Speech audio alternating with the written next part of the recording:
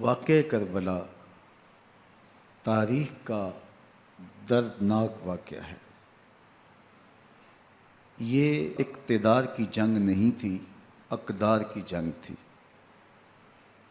دو شخصیتوں کی لڑائی نہیں تھی، دو نظریات کا ٹکراؤ تھا۔ یہ حق اور باطل کا معرکہ تھا۔ یزید ظلم کا استعارہ ہے، حسین ابن علی امن کی علامت ہے۔ یزید جبر کا پتلا ہے، حسین صبر کا پیکر ہے۔ یزید اپنی بدطینت فطرت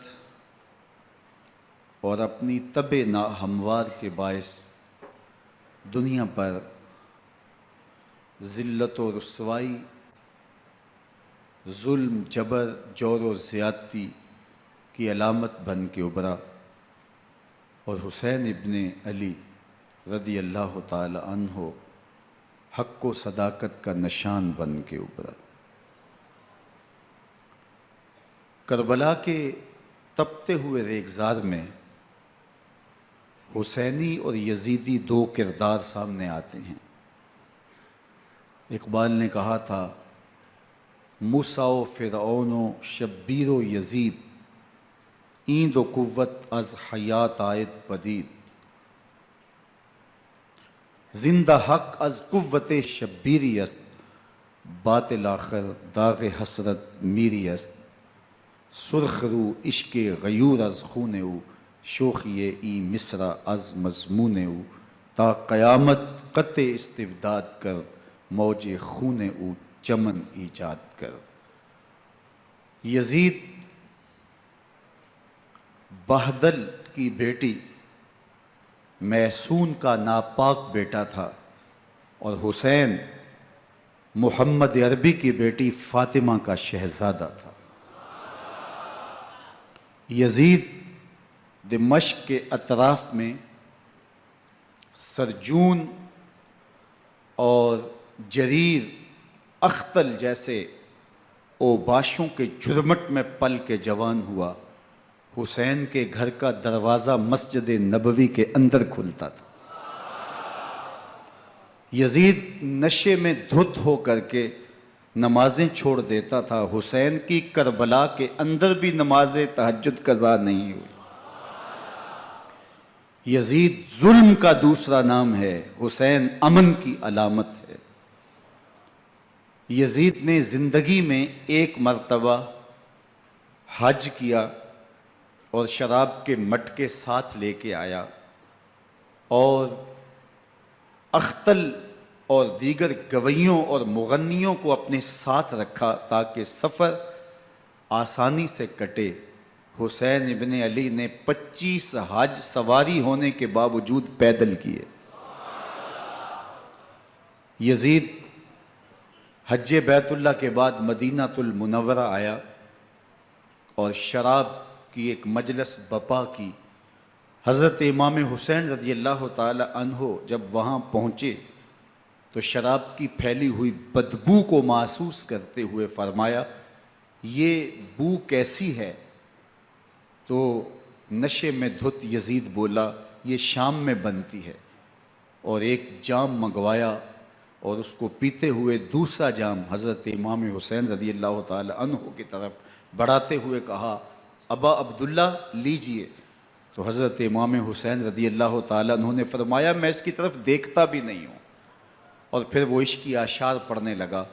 جب یزید کی شراب نوشی کا منظر امام حسین رضی اللہ تعالیٰ عنہ اپنی آنکھوں سے دیکھ چکے تھے، تو مجھے بتاؤ یزید کے ہاتھ پہ امام حسین کا پاک ہاتھ کیسے آتا؟ حضرت امام حسین رضی اللہ تعالیٰ عنہ جس ماحول میں پلے تھے، جس ماحول میں پرورش پائی تھی، جس ماحول میں رہے تھے، وہ پاکیزہ اور تقدس مآب ماحول تھا۔ اور یزید کبھی اطراف دمشق میں، کبھی غوطہ میں، کبھی الخضرہ محل میں، اور کبھی کہاں اور کبھی کہاں داد عیش دیتا رہا اور لہو و لعب کے اندر مصروف رہا، اور اس کی زندگی ان چیزوں سے عبارت تھی۔ وہ محرمات کو حلال قرار دیتا، شراب نوشی اس کی ہڈیوں میں رچی ہوئی تھی، اور شریعت بیضا کا مذاق اڑایا کرتا۔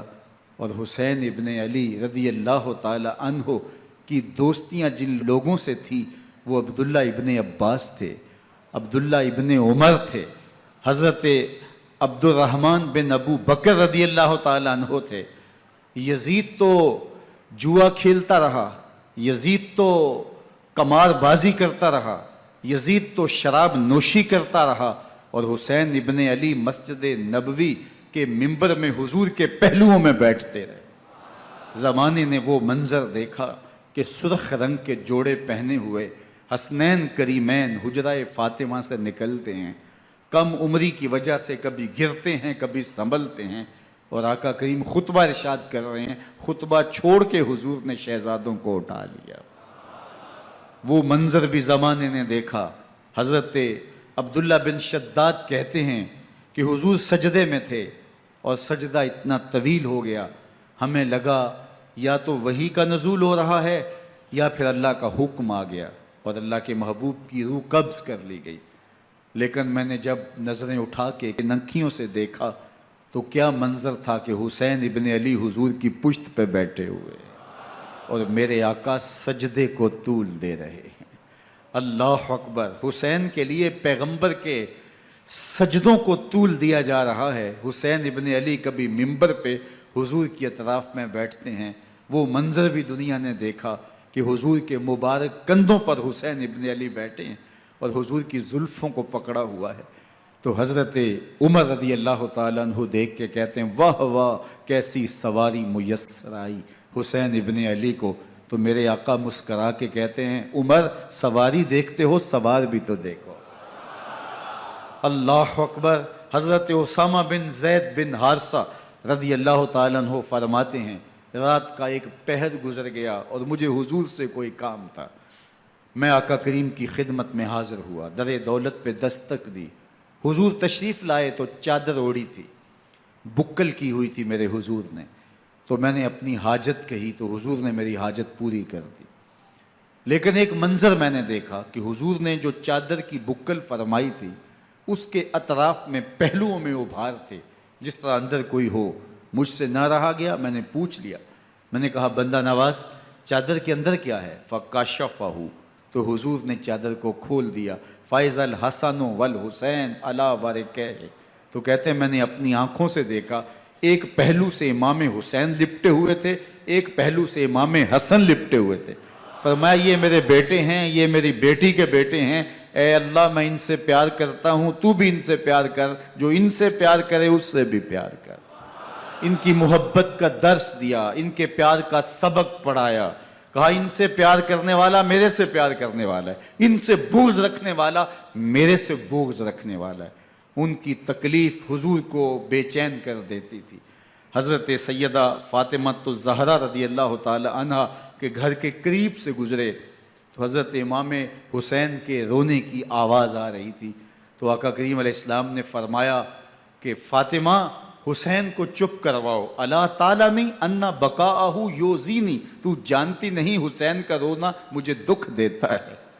حسین ابن علی کو حضور رونے نہیں دیتے تھے، ان کو دکھی نہیں ہونے دیتے تھے، کیونکہ رسول اللہ صلی اللہ علیہ وسلم جانتے تھے کہ یہ کتنے دکھ سہے گا، کتنی تکلیفوں سے گزرے گا اور کتنے مصائب سہے گا۔ زمانے نے وہ گھڑیاں بھی دیکھیں کہ حضرت حذیفہ بن یمان رضی اللہ تعالیٰ عنہ فرماتے ہیں کہ میں حضور کی خدمت میں نماز مغرب کی ادائیگی کے لیے حاضر ہوا، اور میں نے یہ اجازت خاص طور پہ اپنی ماں سے اس شرط پہ لی تھی کہ امی آپ مجھے اجازت دیں، میں حضور کی خدمت میں حاضر ہوتا ہوں، مغرب کی نماز بھی ادا کروں گا اور پھر حضور سے عرض کروں گا حضور میرے لیے اور میری ماں کے لیے بخشش کی دعا کر دیجئے۔ ماں نے اس شرط پہ اجازت دے دی اور میں حضور کی خدمت میں آ گیا، نماز مغرب ادا کی، سلام پھرا تو میرے دل میں آرزو تھی میں حضور سے عرض کروں حضور میرے لیے اور میری ماں کے لیے مغفرت کی بخشش کی دعا کر دیں، لیکن حضور عبادات میں ذکر میں نوافل میں ایسے مشغول ہوئے کہ میں آرزو رکھنے کے باوجود بھی عرض نہ کر سکا۔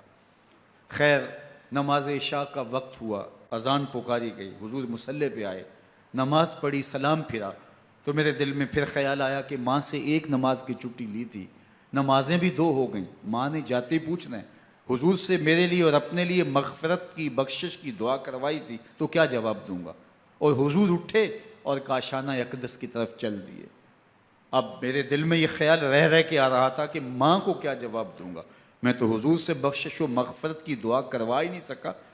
جب حضور چل پڑے تو غیر ارادی طور پہ میں بھی حضور کے پیچھے چل پڑا۔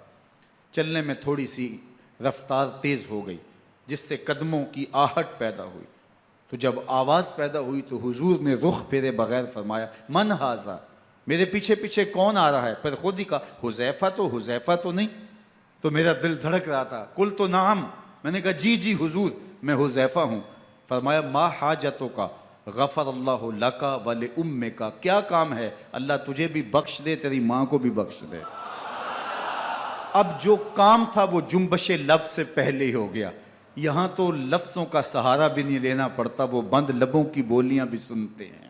اقبال بولا ہے، فروغت صبح آثار و دہور، چشم تو بینندائے ما فی الصدور، تیری نظر تو سینوں کے چھپے راز بھی دیکھتی۔ تو کہا ما حاجتوں کا، غفر اللہ لک ولامک، اللہ تجھے بخش دے، تیری ماں کی بھی مغفرت کر دے، کیا کام ہے؟ اب جو کام تھا وہ تو ہو گیا۔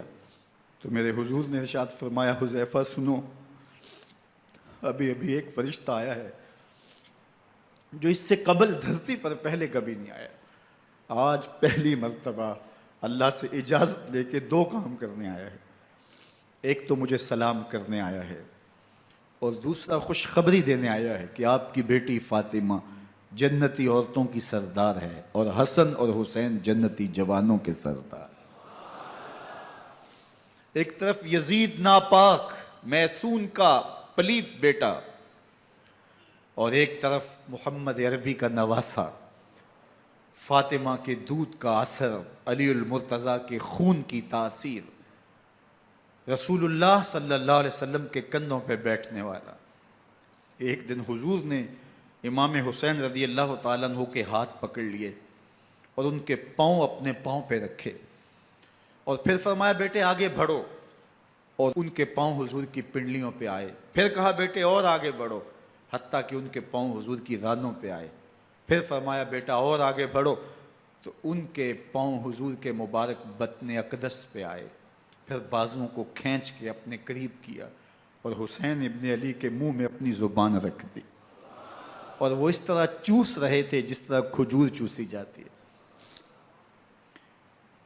تو اللہ کے محبوب علیہ السلام نے حسین ابن علی کو اپنی زبان کا لعاب دہن دے کر کے، وہ شیر رحمت دے کر کے، وہ کوثر و تسلیم سے پاکیزہ تر آب رحمت عطا کر کے ان کی ہمیشہ کے لیے پیاس بجھا دی، تاکہ کل کربلا کے تپتے ہوئے ریگزار میں حسین ابن علی کو پیاس کی شدت تنگ نہ کرے اور پائے استقلال میں لغزش نہ آنے پائے۔ ان نازوں سے پالے ہوئے حسین کو، ان محبتوں سے پالے ہوئے حسین ابن علی کو امتحان بھی اتنے بڑے درپیش تھے۔ یاری تیری سونا پر ازمیشاں تیریاں اگ، سونا پرکھیا جامدہ ہے نال اگاں دے لگ۔ جتنا بڑا شخص ہوتا ہے اتنی آزمائشیں بھی بڑی ہوتی ہیں۔ پیغمبر رحمت کی آغوش میں کھیلنے والا، حجرہ فاطمہ کا جانشین، مصلی رسول کا وارث، منبر رسول صلی اللہ علیہ وآلہ وسلم پر حضور کے مبارک پہلو اور گود میں بیٹھنے والا حسین، حضور کی زبان چوسنے والا حسین، حضور کے کندھوں پہ سواری کرنے والا حسین، آقا کریم علیہ السلام کے مبارک سجدے کی حالت کے اندر حضور کی پشت پہ کھیلنے والا حسین، جس حسین کا دروازہ مسجد نبوی کے اندر کھلتا تھا اور یزید کی کرتوتوں کے چشمدید گواہ تھے۔ یزید جب تخت نشین ہوتا ہے تو اسے یہ فکر ہوتی ہے کہ امام حسین، عبداللہ بن زبیر، عبداللہ بن عمر، عبداللہ ابن عباس، یہ میری بیعت کریں، اور وہ ولید بن عقبہ کو لکھتا ہے کہ ہر صورت میں ان کی بیعت لو، اور اگر بیعت نہ دیں تو سختی کرو۔ حضرت امام حسین رضی اللہ تعالی عنہ کو بلاوا آتا ہے کہ آپ کو دارالامارت میں گورنر ہاؤس میں بلایا جا رہا ہے، ولید بن عقبہ کا پیغام آپ کو پہنچتا ہے۔ آپ اس وقت فرماتے ہیں کہ اس وقت جو پیغام پہنچا ہے وہ کسی خطرے سے خالی نہیں ہے، تو کچھ سواروں کو ساتھ لیا، کہا تم دارالامارت کے باہر کھڑے رہنا، اگر میری آواز بلند ہوئی تو اندر آ جانا، ورنہ تم انتظار کرنا۔ آپ اندر گئے۔ ولید بن عقبہ نے مروان کو بھی بلایا تھا۔ مروان بن حکم یہ گورنر مدینہ ولید سے پہلے رہ چکا ہے، تو اس نے مشورہ دیا کہ سختی کی جائے۔ خیر ولید بن عقبہ نے کہا کہ یہ خط ہے، حضرت امیر معاویہ کا انتقال ہو گیا اور یزید تخت نشین ہوا ہے، لہٰذا وہ آپ سے بیعت کا مطالبہ کرتا ہے۔ تو حضرت امام حسین رضی اللہ تعالیٰ عنہ نے فرمایا کہ میرے جیسا شخص یوں چھپ کے بیعت نہیں کر سکتا، اور آپ واپس پلٹے۔ مروان بن حکم نے ولید بن عقبہ کو کہا کہ یہ موقع ہے جانے نہ دیا جائے، اگر یہ نکل گئے تو دوبارہ تم قابو نہیں پا سکو گے، اور انہیں یہیں قتل کر دیا جائے۔ حضرت امام حسین رضی اللہ تعالیٰ عنہ نے یہ بات سن لی۔ کہتے ہیں حضرت امام حسین انہی قدموں کے بل واپس پلٹے اور مروان بن حکم سے مخاطب ہو کے کہا، مروان کیا بول رہا ہے؟ وہ خاموش ہو گیا۔ فرمایا تو جانتا نہیں ہم کون ہیں؟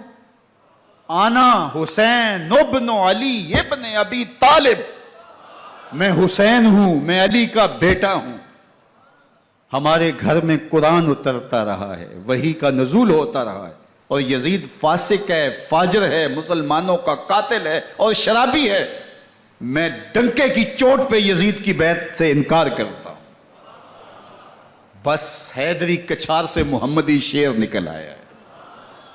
اب اوسان خطا ہو گئے، راستہ چھوڑ دیا، واپس آئے، سیدہ زینب سے ملے، کہا مدینے کو چھوڑنا پڑے گا۔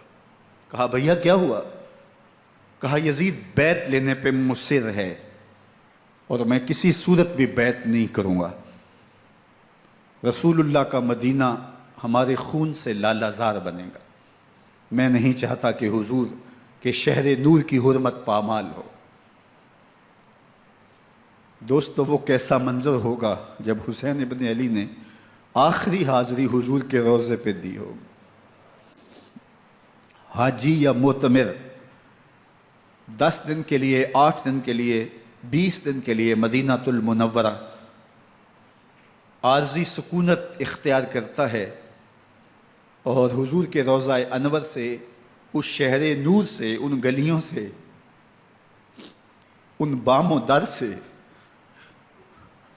ایسا مانوس ہو جاتا ہے کہ جب واپس پلٹ رہا ہوتا ہے ان دعاؤں کے ساتھ کہ دوبارہ آنا بھی نصیب ہو، اور اسے لگتا ہے کہ میں دوبارہ بھی بلایا جاؤں گا، لیکن اس کے باوجود شہر حبیب چھوڑنا قیامت سے کم نہیں ہوتا۔ اعظم چشتی مرحوم آخری بار جب حضور کے روضہ انور پہ گئے تو بیمار تھے، ویل چیئر پہ تھے۔ باب بقی سے باہر نکلے تو خادم سے کہا کہ میری ویل چیئر پیچھے سے کھینچو تاکہ میرا رخ روضہ انور کی طرف رہے، اور وہ پیچھے سے کھینچتا چلا جا رہا ہے، اور جب باب مکہ سے پیچھے جنت البقیع کے قریب سے گنبد خضرا نگاہوں سے اوجل ہونے لگا تو اعظم چشتی مرحوم نے کہا، جاں بدن سے نکلتی ہے اعظم، جاں بدن سے نکلتی ہے اعظم، کوئی آسان ہے مدینے سے جدا ہونا، کوئی آسان ہے مدینے سے جدا ہونا۔ یہ اس شخص کی کہانی ہے جو 10 دن، 5 دن، مہینہ، 2 ماہ وہاں رہتا ہے، اور پھر اس شہر کو چھوڑ کے آنا اس کے لیے آسان نہیں ہوتا۔ اور مجھے بتاؤ کہ حسین جو پیدا مدینے میں ہوا، جس کے گھر کا دروازہ مسجد نبوی کے اندر کھلتا تھا، جو مسجد نبوی کے اندر پرورش پا کے جوان ہوتا ہے اور مدینے کی گلیوں میں کھیلتا رہا، اس حسین ابن علی کے لیے مدینہ چھوڑنا، اور پھر وہ اس بات کا علم اور شعور رکھتے تھے کہ یہ آخری بار حضور کے در پہ حاضری ہے، دوبارہ اس شہر نور میں نہیں آ سکوں گا، تو کیا قیامت ہوگی اور کیا منظر ہوگا۔ محمد بن حنفیہ کے علاوہ خاندان نبوت کے جتنے لوگ تھے ان سب نے شہر مدینہ کو الوداع کہا، اور رات کے موقع میں مدینہ المنورہ کو، مسجد نبوی کو چھوڑ کر کے مکہ کی جانب عازم سفر ہوئے۔ 3 شعبان المعظم کو مکہ المکرمہ پہنچتے ہیں، ادھر کوفیوں کے خطوط آنے شروع ہو جاتے ہیں۔ حضرت امام حسین رضی اللہ تعالیٰ عنہ مسلم بن عقیل رضی اللہ تعالیٰ عنہ کو صورتحال معلوم کرنے کے لیے بھیج دیتے ہیں۔ 40,000 کوفی آپ کے ہاتھ پہ بیعت کر لیتے ہیں۔ ادھر 25 پیدل حج کرنے والے حضرت امام حسین 8 ذی الحج کو احرام باندھتے ہیں، لیکن آپ کو پتہ چلتا ہے کہ حاجیوں کے روپ میں قاتل چھپا دیے گئے، تو آپ اس احرام کو حج کی بجائے عمرے میں بدلتے ہیں اور کوفے کی جانب عازم سفر ہوتے ہیں۔ کائنات والو، ذرا سینے پہ ہاتھ رکھ کے دیکھو کہ یہ کتنا مشکل مرحلہ تھا۔ اس دین کی آبرو کو بچانے کے لیے حضرت امام حسین رضی اللہ تعالیٰ عنہ نے کتنا بڑا قدم اٹھایا۔ آپ کے بہی خواہ، دوست، احباب عبداللہ بن عمر یہ سارے روکتے ہیں۔ عبداللہ بن عباس کہتے ہیں حضرت نہ جائیے، الکوفی لا یوفی، کوفی کبھی وفا نہیں کرتے۔ آپ کے والد کو وہاں شہید کیا گیا، لیکن آپ ایک فرض کو نبھانے جا رہے ہیں۔ میرے غم گسارو، میرے مہربانوں، نہ روکو مجھ کو جانے دو، مجھے نانے کے دی کی ڈوبتی کشتی بچانے دو۔ میں جاتا ہوں کہ دنیا پر وفا کا نام رہ جائے، میں رہوں نہ رہوں پر عظمت اسلام رہ جائے۔ میں نہیں جاتا تو نبی کے گھر کی آن جاتی ہے، میں نہیں جاتا تو نبی کے گھر کی آن جاتی ہے، تمہارا دین جاتا ہے، میری غیرت ایمان جاتی ہے۔ حضرت امام حسین یہاں سے چلتے ہیں، ابھی راستے میں ہی پہنچتے ہیں کہ یہ خبر آتی ہے کہ کوفے والوں نے بے وفائی کر دی، حضرت مسلم بن عقیل رضی اللہ تعالیٰ عنہ کو شہید کر دیا گیا، نعمان بن بشیر معزول کر دیے گئے، ابن مرجانہ ابن زیاد وہاں متعین کر دیا گیا جو سخت گیر شخص تھا، اور اس نے لوگوں کو ڈرایا، دھمکایا، اور کوفے کے لوگوں کے دل بدل گئے اور وہ بیتیں توڑنے لگے۔ وہ منظر مسجد کوفہ کا کتنا دلگداز تھا۔ جب امام نماز کے لیے کھڑے ہوئے تو 40,000 لوگ آپ کے پیچھے تھا۔ جب سلام پھیرا اور امام نے دیکھا کہ پیچھے لوگ نہیں ہیں، پھر لوگوں نے اپنے دروازے بھی بند کر لیے۔ رات کی تنہائیاں ہیں اور حضرت مسلم بن عقیل کو کوئی پناہ دینے والا نہیں ہے۔ لوگوں نے دروازے بند کر لیے کہ کہیں ہمارے گھر میں نہ آ جائیں اور ہم مشقت اور حکومتی تشدد کا شکار نہ ہوں۔ کتنا دردناک لمحہ ہے حضرت مسلم بن عقیل رضی اللہ تعالیٰ عنہ پہ، اور پھر حضرت مسلم بن عقیل بے دردی سے شہید کر دیے جاتے ہیں۔ آپ ابھی راستے میں ہیں، یہ ساری کہانی پہنچتی ہے کہ حضرت مسلم شہید کر دیے گئے اور بے دردی سے شہید کر دیے گئے۔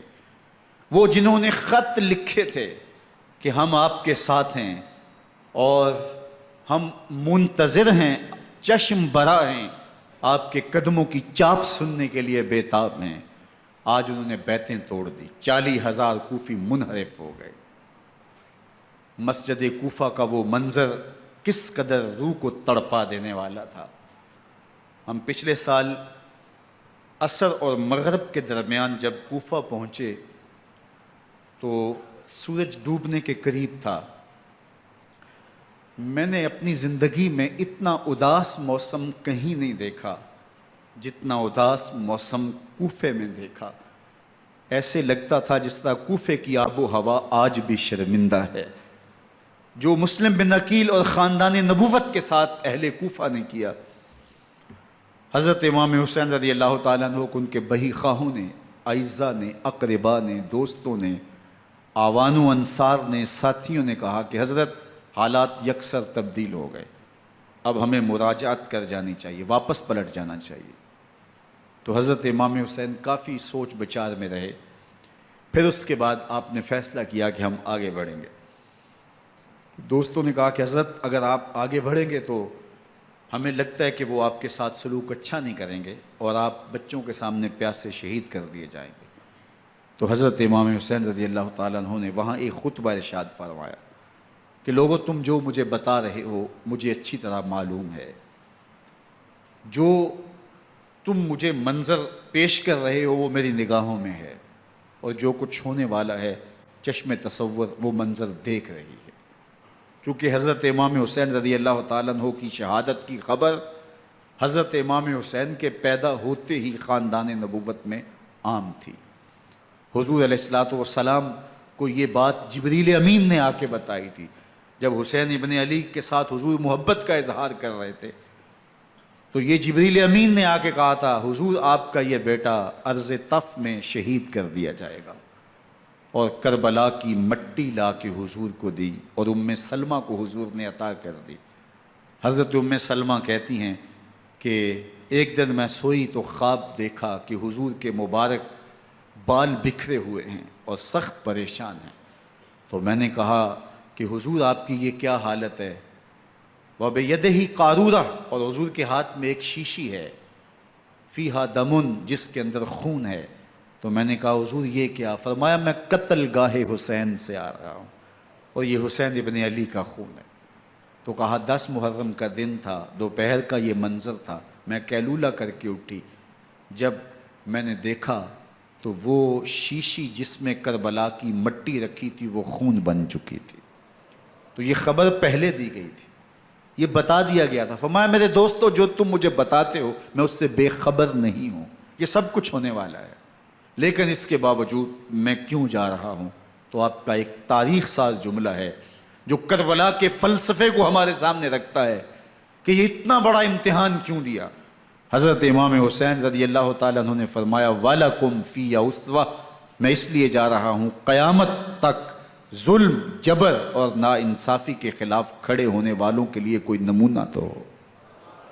میری زندگی قیامت تک ظلم، جبر اور استحصالی نظام کے خلاف کھڑے ہونے والوں کے لیے نمونہ ہے۔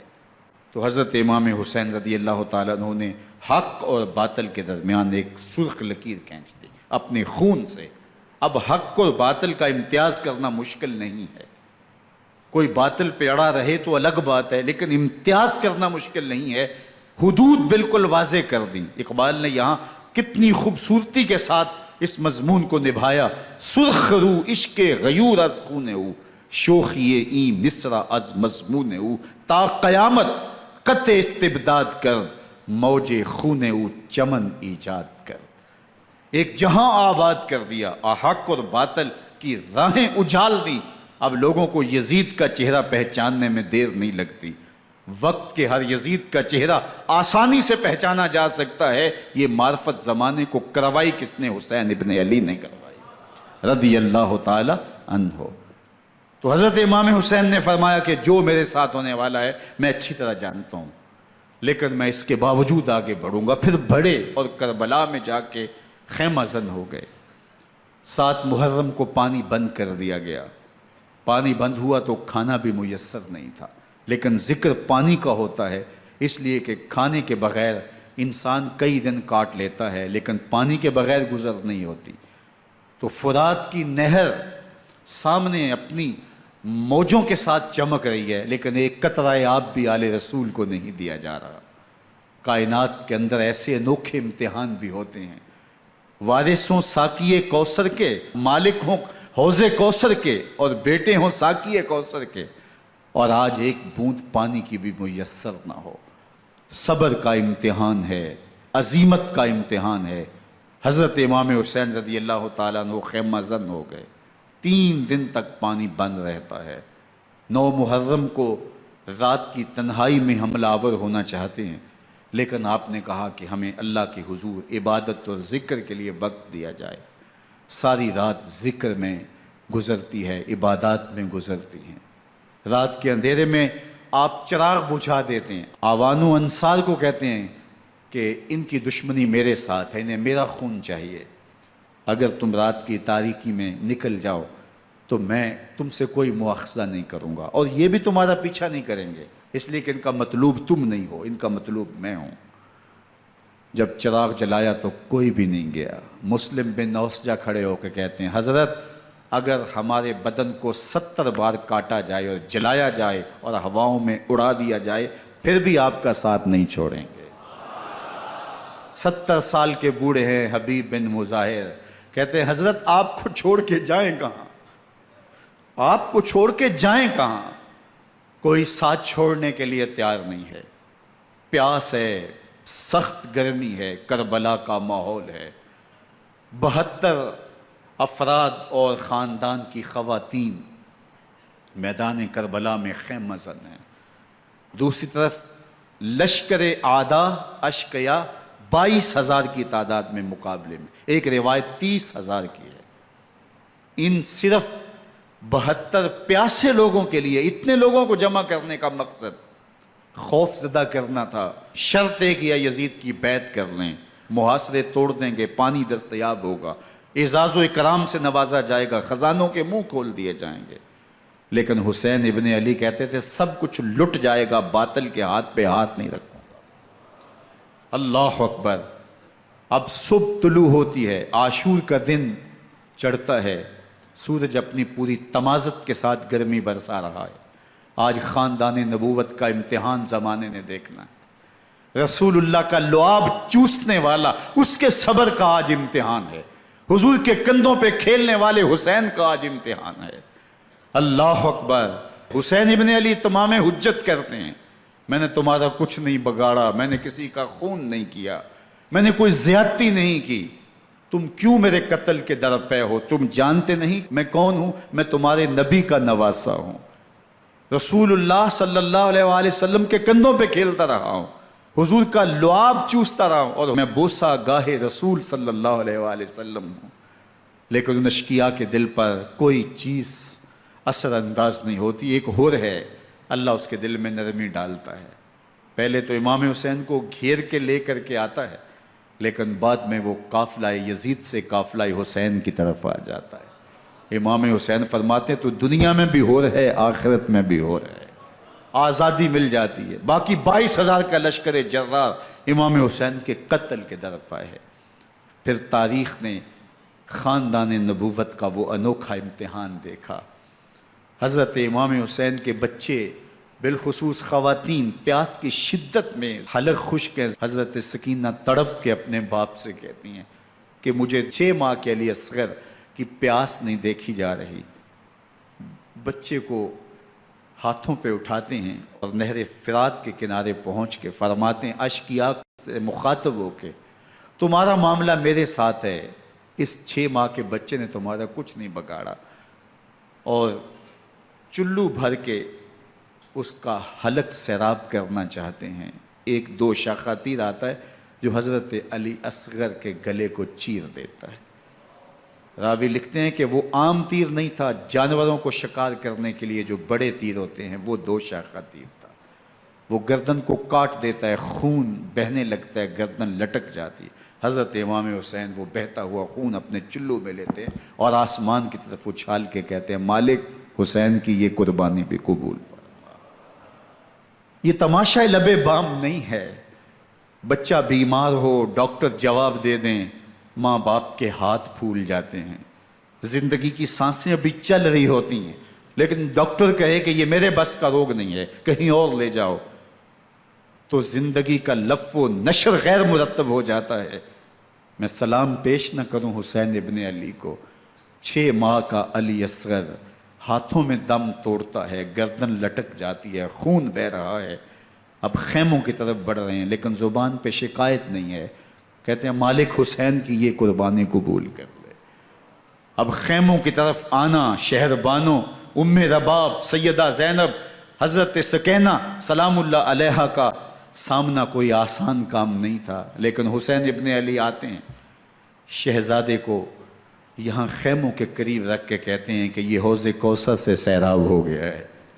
اللہ اکبر، کوہرام مچ جاتا ہے خیموں کے اندر، کیا منظر ہوگا اور ان کو کن الفاظ کے پیرائے میں ڈھال کر کے ان کیفیات کو بیان کیا جا سکتا ہے جو اہل بیت کے خیموں کے اندر علی اصغر کی شہادت کے بعد کا منظر رقم ہو رہا ہوگا۔ اللہ اکبر، ادھر اشکیا آوازیں دے رہے ہیں، مبارزت کے لیے پکار رہے ہیں۔ زمانے نے پھر وہ منظر بھی دیکھا کہ جوان بیٹے کو 18 سال کی کمائی حضرت امام حسین میدان عمل میں بھیج رہے ہیں۔ وہ علی اکبر جو حسین کا نور نظر ہے، آنکھوں کا قرار ہے، دل کی تسکین ہے۔ اور پھر حضرت علی اکبر جب گھوڑے کی زین سے فرش زمین پہ گرتے ہیں تو باپ کو آواز دیتے ہیں، اور حضرت امام حسین جو ہے وہ آگے جا کے بیٹے کی لاش اٹھاتے ہیں۔ اللہ اکبر، 18 سال کے بیٹے کی لاش کو کندھوں پہ اٹھا کے خیموں تک لاتے ہیں اور ہاتھ پھیلا کے کہتے ہیں مالک حسین کی یہ قربانی بھی قبول فرما۔ کبھی قاسم بن حسن کی لاش اٹھا کے لاتے ہیں، کبھی اون و محمد کی لاشیں اٹھا کے لاتے ہیں، بتیجوں کی، بھانجوں کی، بھائی عباس کے کٹے ہوئے بازو اور زخموں سے چھدا ہوا لاشا۔ کیا کیا قیامتیں تھیں جو اس کربلا کے ایک میدان کے اندر نہیں توڑی گئیں۔ حضرت امام حسین پر دکھ پہ دکھ، تکلیفوں پہ تکلیفیں، اب 71 لاشیں اٹھا کے خیموں تک پہنچا چکے، اور ادھر مبارزت کی دعوت دی جا رہی، آؤ میدان عمل میں آؤ، اب دیر کیوں کر رہے ہو۔ رسول اللہ کا حرم، رسول اللہ کی شہزادیاں جو نازوں میں پلی تھیں، وہ کلیاں جو شبنم کا بوجھ بھی گوارا نہیں کر سکتی تھی، آج مصیبتوں کے پہاڑ ٹوٹ گئے۔ حضرت امام حسین کبھی شہربانوں کو، کبھی ام رباب کو دلاسا دیتے ہیں، کبھی حضرت زینب کو کہتے ہیں۔ حضرت زینب کربلا کے اس میدان کے اندر بڑے حوصلے کے ساتھ اپنے بھائی کے ساتھ کھڑی رہی، اپنے 2 بیٹے راہ خدا میں پیش کیے، ان کی لاشیں وصول کی، لیکن زینب جس جرأت کے ساتھ، جس پامردی کے ساتھ اس سارے منظر کو حوصلے کے ساتھ سہتی رہی، وہ یقیناً حوصلہ سیدہ زینب سلام اللہ علیہا کا ہی ہے۔ لیکن یہ وہ منظر تھا کہ زینب کا دل بھی ڈول گیا جب حسین ابن علی گھوڑے پہ بیٹھنے لگے، اور ان کو گھوڑے میں بٹھانے والا کوئی نہیں تھا، اور جو بھی سوار جاتا پھر واپس اس کی لاش ہی آتی اور حسین ابن علی لے کے آتے۔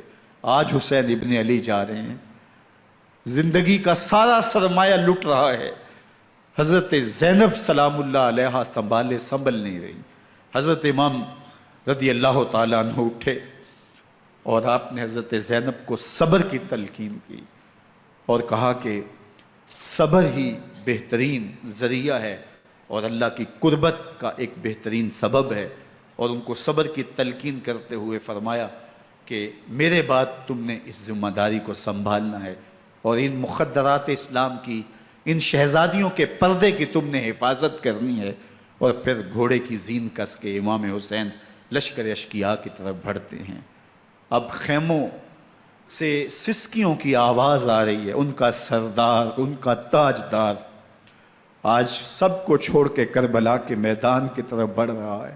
جرم کیا کیا، قصور کیا کیا، اس نے کیا زیادتی کی کہ آج نیزوں اور انیوں کے مقابلے میں 22,000 کا لشکر حضرت امام حسین پہ ٹوٹ پڑتا ہے۔ آپ پھر اتمام حجت کرتے ہیں، میں نے کسی کو قتل نہیں کیا، خون ناحق نہیں بہایا، میرے خون کے درپے کیوں ہو، اپنی آخرت کیوں برباد کرتے ہو، تم جانتے نہیں میں کون ہوں، میں تمہارے نبی کا نواسا ہوں۔ لیکن ابن زیاد کہتا ہے مقابلے میں آؤ۔ پھر حضرت امام حسین رضی اللہ تعالیٰ عنہ مقابلے میں آتے ہیں، اور جب گھوڑے کو ایڑ لگا کے دشمن اشقیاء پہ ٹوٹتے ہیں تو پھر ایسا منظر ہوتا ہے کہ وہ بھیڑ بکریوں کی طرح آگے بھاگتے ہیں۔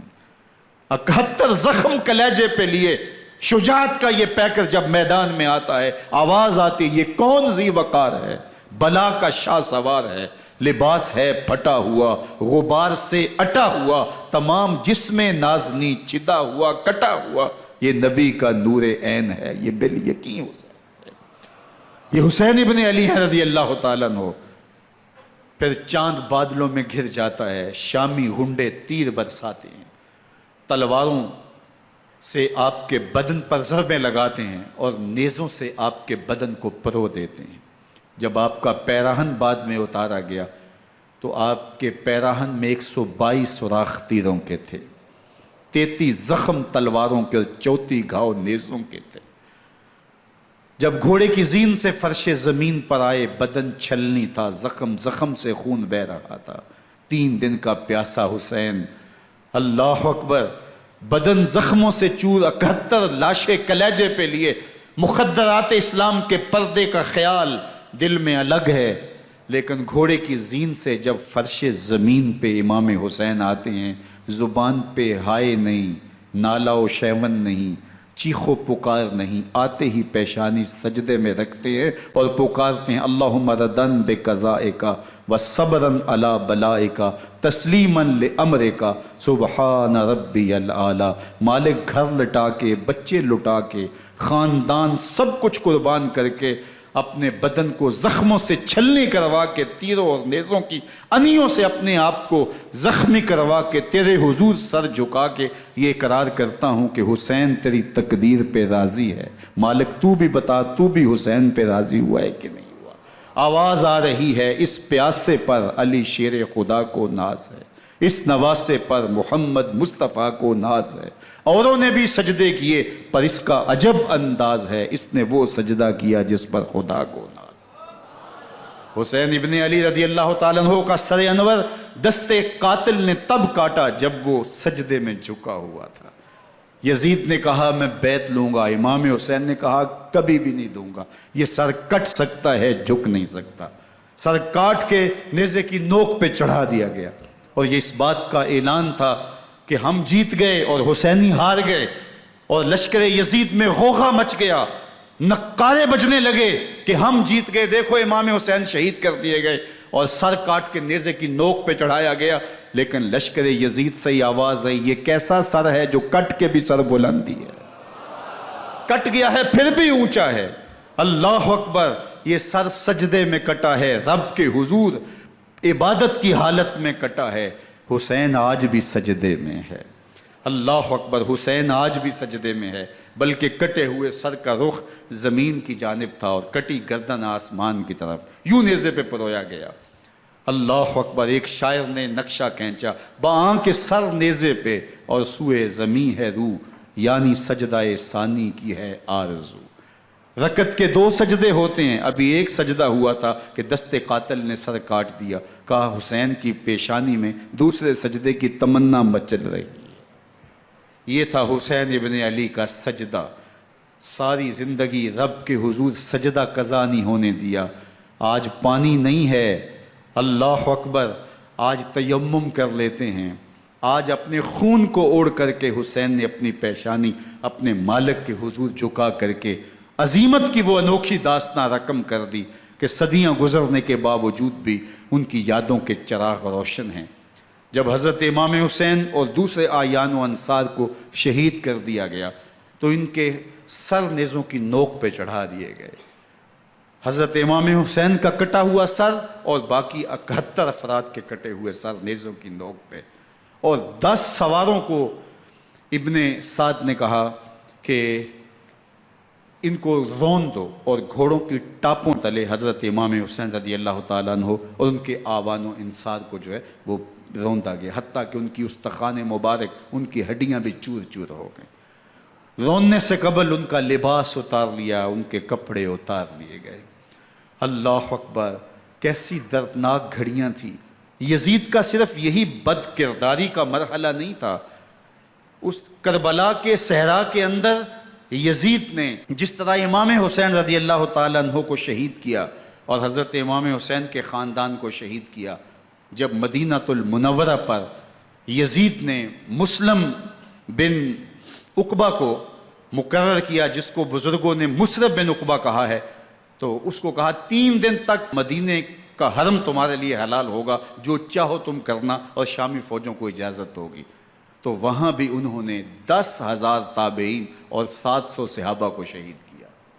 حضرت ابو سعید خدری رضی اللہ تعالیٰ عنہ گھر سے باہر نکلے، کافی بوڑھے ہو چکے تھے، تو انہوں نے حضرت ابو سعید خدری کو پکڑ لیا، کہا تم کون ہو؟ کہا مجھے ابو سعید خدری کہتے ہیں۔ تو کہا ہاں تمہارا نام سنا ہے، اور داڑھی سے پکڑ کے کھینچا اور کہا کہ ہے تمہارے پاس جو ہمیں دو؟ تو کہا کہ میرے پاس تو کچھ بھی نہیں، میں تو فقیر آدمی ہوں۔ تو ان کے گھر ان کو لے گئے، تو 2 کبوتر رکھے تھے حضرت ابو سعید خدری نے، تو وہ کبوتر لوٹ کے لے گئے۔ اللہ اکبر۔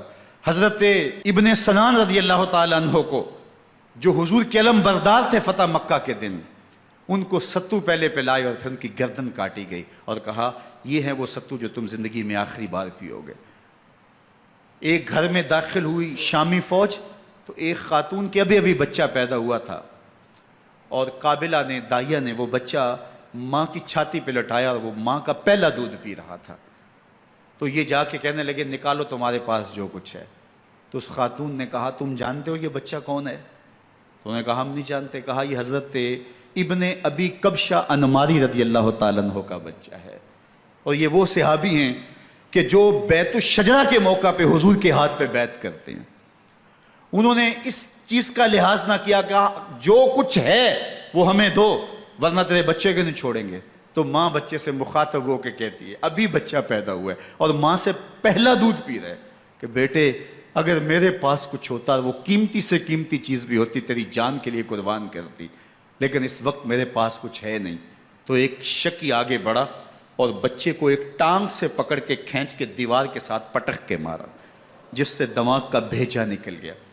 کیا کیا زیادتیاں نہیں کی۔ 700 صحابہ حرہ کے واقعہ میں شہید کیے یزید نے، اور 10,000 تابعین شہید کیے۔ مسجد نبوی میں ممبر رسول کے ساتھ گھوڑے باندھے، اور وہ ممبر رسول اور مصلی رسول کے قریب لید کرتے رہے۔ حضرت سید عبد المسیب فرماتے ہیں میں نابینا تھا اور حضور کے روضہ انور کے پاس بیٹھا تھا، اور یزید کے سپاہی آتے، جو بھی مسجد میں نظر آتا پکڑ کے لے جاتے، مجھے نابینا سمجھ کے چھوڑ دیتے، لیکن میں پریشان تھا کہ ظہر کا وقت ہوگا، عصر کا وقت ہوگا، مغرب عشاء کا وقت ہوگا، نہ اذان، نہ اقامت، نہ جماعت، تو کیسے مجھے پتہ چلے گا کہ نماز کا وقت ہو گیا، اور کیسی میری نمازوں کا کیا بنے گا؟ میں اس فکر میں بیٹھا تھا۔ لم ازل اسمع الاذان والاقامت من قبر رسول اللہ صلی اللہ علیہ وآلہ وسلم۔ فرماتے ہیں جب بھی پھر نماز کا وقت آیا، گنبد خضرا سے اذان کی بھی آواز آئی، اقامت کی بھی آواز آئی۔ 3 دن تک مسجد نبوی کے اندر گھوڑے بندے رہے، اور مدینہ کی حرمت پامال کی۔ مدینہ کے گھروں کے اندر یہ بدکماش داخل ہوئے، اور جو بدکاریاں انہوں نے کی، کلیجہ منہ کو آتا ہے۔ 1002 شیزائیں ان بدکاروں کی بدکاریوں کی وجہ سے کنواری حالت کے اندر حاملہ ہوئی۔ 3 دن تک مدینے کا حرم انہوں نے پامال کیا، اور پھر مکہ المکرمہ میں کعبۃ اللہ پر گولے برسائے، اور کعبہ کا غلاف جل گیا۔ وہ تو یزید مر گیا، اور حضرت عبداللہ ابن زبیر رضی اللہ تعالیٰ عنہ نے اپنی خلافت کا اعلان کیا۔ یزید کے یہ کرتوت تھے، ادھر اہل مدینہ کو ستایا، ادھر اہل مکہ کو ستایا، اور رسول اللہ صلی اللہ علیہ وسلم کے خانوادے کی بے حرمتی اور توہین کی۔ نہ صرف انہیں قتل کیا گیا، ان کی لاشوں پہ گھوڑے دوڑائے۔ ابن سعد اور شمر جو ہے وہ خیموں میں داخل ہوا، اور مخدرات اسلام کی چادریں چھیننے کی کوشش کی۔ حضرت زینب سلام اللہ علیہ نے مخاطب ہو کے کہا ہمارے چہرے کے رکھوالے چلے گئے ہیں، ظالم تو خیال نہیں کرتا ہم رسول اللہ کی بیٹیاں ہیں۔ حضرت شہربانو، حضرت زین العابدین اور حضرت زینب سلام اللہ علیہم، ان تینوں کو ایک اونٹ پہ باندھا گیا، اور باقی اونٹوں پہ باقی سادات کو، حضور کی شہزادیوں کو باندھا گیا، رسیوں میں جکڑا گیا، اور اونٹوں پہ باندھ کر کے کوفے کی جانب آگے آگے شہیدوں کے سر چل رہے ہیں، اور پیچھے یہ قافلہ چل رہا ہے۔ اور جب یہ قافلہ وہاں سے گزرا جہاں لاشیں پڑی تھیں، امام زین العابدین 14 سال کے تھے اور بیمار تھے، اور ان کا حوصلہ نہ ہوا، وہاں غشی ان کے اوپر آنے لگی، اور وہ منظر ابن کثیر نے، باقی لوگوں سب نے لکھا ہے کہ پھر جب ان کی یہ حالت ہوئی تو پھر سیدہ زینب سلام اللہ علیہ، جنہوں نے ابھی تک بڑے حوصلے کے ساتھ ساری مشکلات کا مقابلہ کیا تھا، اب ان کے بندن ٹوٹ گئے اور آنکھوں سے آنسو بہنے لگے، اور سیدہ زینب نے امام حسین رضی اللہ تعالیٰ عنہ کی لاش پہ کھڑے ہو کے، اور وہ روندی ہوئی لاش، ٹوٹی ہوئی ہڈیاں، اور وہ برینا بدن، کٹا ہوا سر نیزے کی نوک پہ، اور لاش یہ پڑی ہے، تو حضرت سیدہ زینب نے مدینے کی طرف منہ کر کے جو ہے وہ حضور سے فریاد کی، یا محمد آہو، یا محمد آہو، ھذا حسین بالآراء مزمل بالدماء، یا محمد آہو بناتوں کا سبایا۔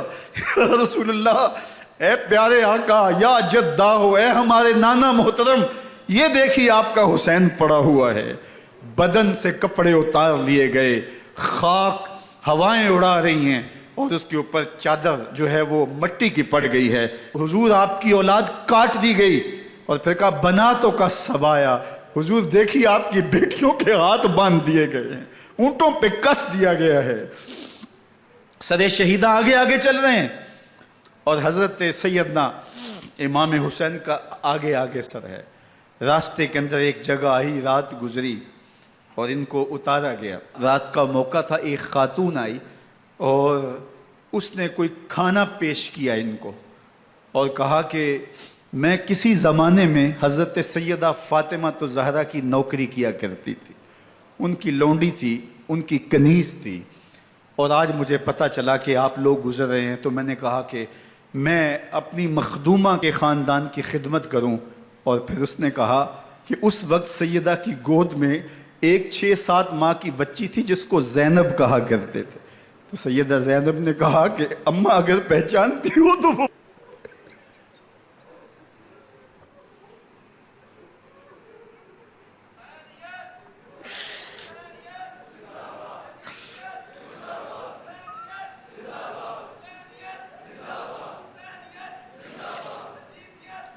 یہ تاراج اور لٹا ہوا کارواں پھر وہاں سے کوفے میں کیسے پہنچا، اور کوفے کے اندر سیدہ زینب سلام اللہ علیہا نے وہ یزید کے دربار میں، ابن زیاد کے دربار میں وہ جرأت آمیز جو باتیں کہیں، اللہ اکبر، زینب کی زبان میں علی کی خطابت بول رہی تھی، اور پھر دشمن اور دوست سارے رونے لگے، اور وہ کیا دل گداز منظر تھے۔ اور پھر یہ سروں کا قافلہ اور سادات کرام کا مشکیں کسی ہوئی ہیں اور اونٹوں پہ باندھے ہوئے، ان کو وہاں سے پھر قادسیہ، اور قادسیہ سے پھر دمشق یزید کے دربار میں پہنچایا گیا، اور وہاں سے یہ لٹے ہوئے خانمہ برباد تاراج لوگ مدینہ المنورہ میں کیسے پہنچے، اور اہل مدینہ نے کیسے استقبال کیا، اور وہ منظر کتنا دلگداز تھا جب اہل مدینہ زینب سے پوچھتے تھے زینب حسین کہاں ہے؟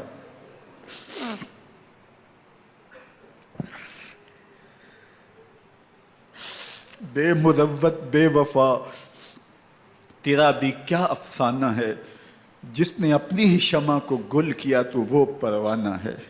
اپنے پیغمبر کے شہزادوں کو اور اپنے پیغمبر کی شہزادیوں کو جو دکھ اس امت نے دیے، یہ کائنات کی ایک انوکھی داستان ہے۔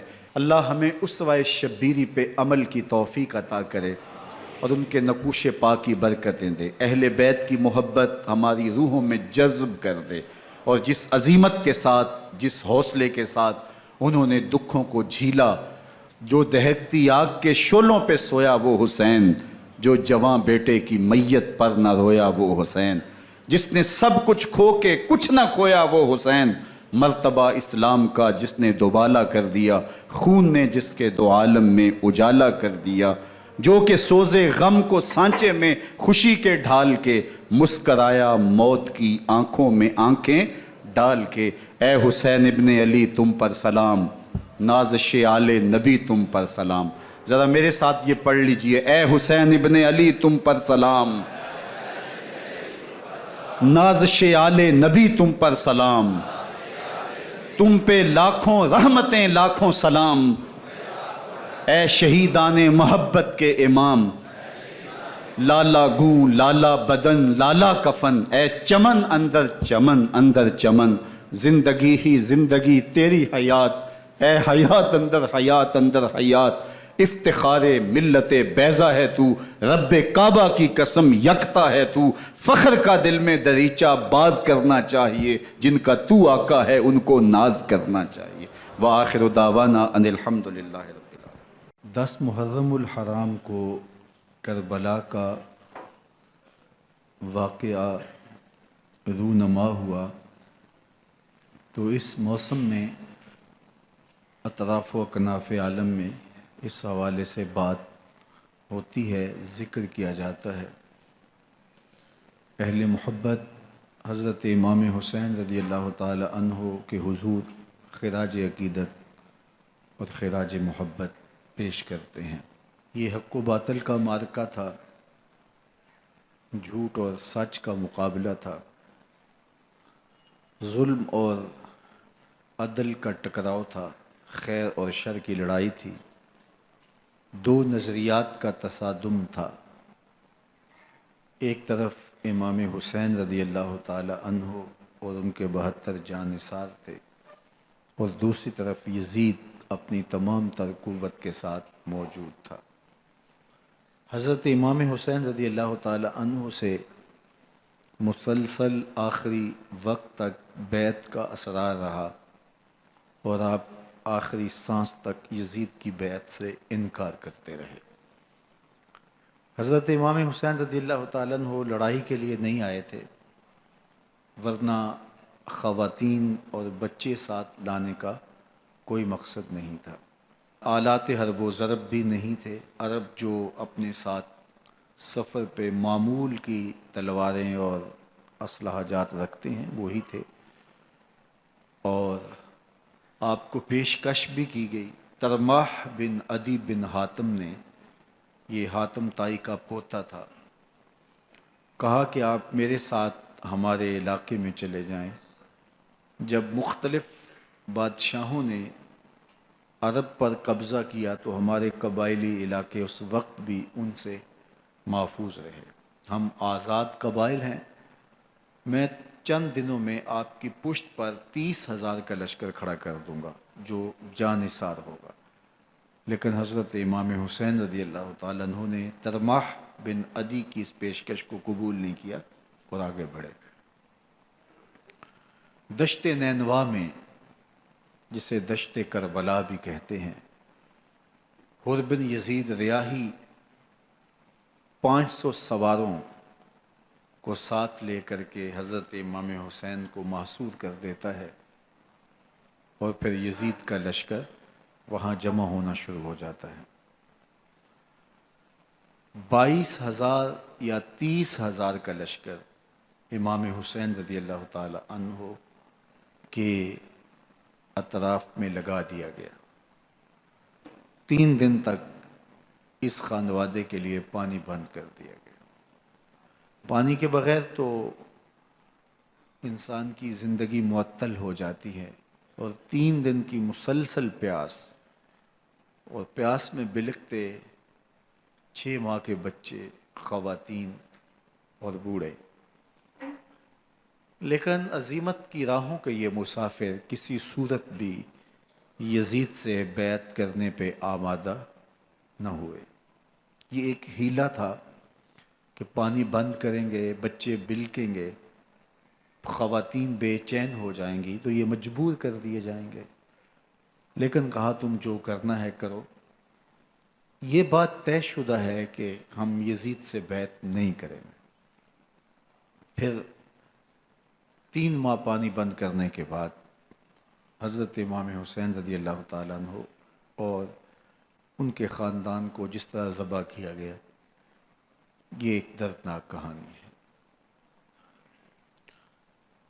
72 افراد کربلا میں شہید کر دیے گئے۔ اہل حق کا یہ قافلہ بھوک اور پیاس سے نڈھال تھا، لیکن عزیمت کی راہوں کا یہ مسافر سرنگوں نہیں ہوا اور یزید کے ہاتھ پہ بیعت نہیں کی۔ امام حسین رضی اللہ تعالی عنہ، آپ کے بیٹے، بھائی بھتیجے، بھانجے، آیان و انصار، محبین شہید کر دیے گئے۔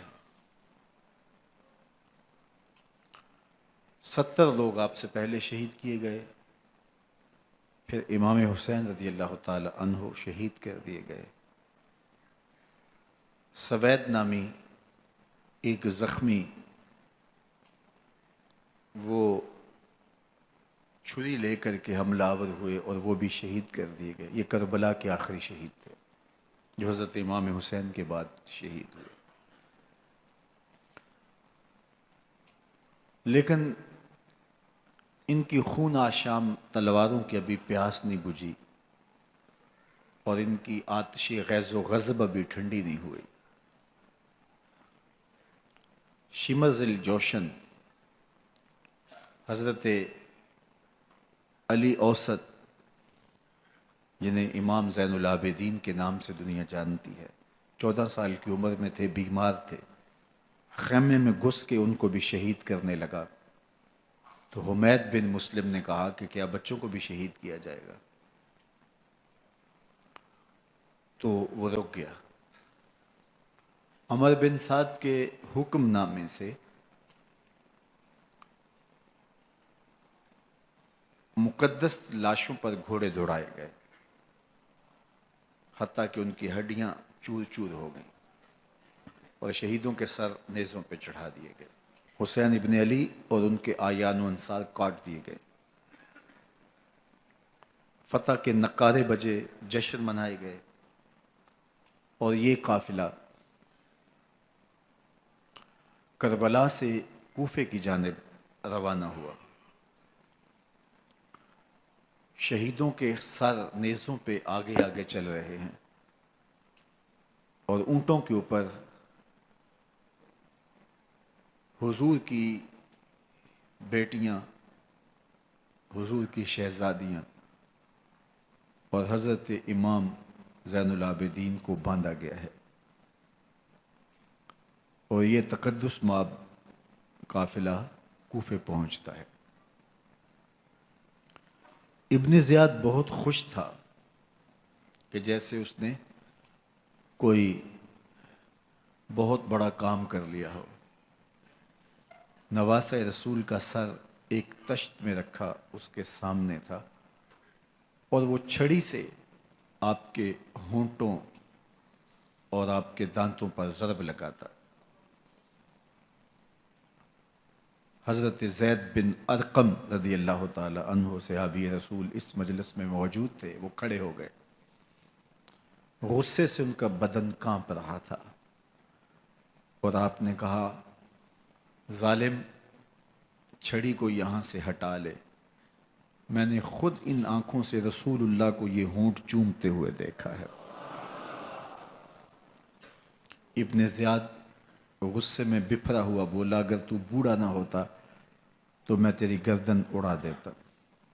حضرت زید بن ارقم روتے ہوئے دربار سے باہر نکلے، اور ساتھ اہل کوفہ کو مخاطب کر کے کہا کہ اہل کوفہ، تم نے حسین ابن علی کو شہید کر دیا، اور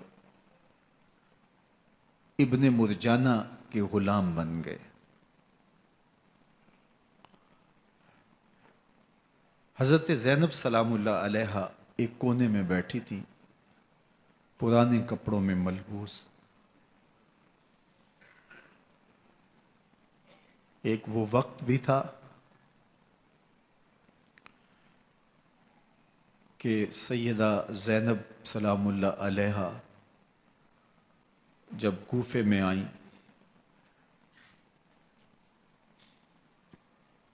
سیدنا علی المرتضیٰ کے زمانے میں، ان کے دور خلافت میں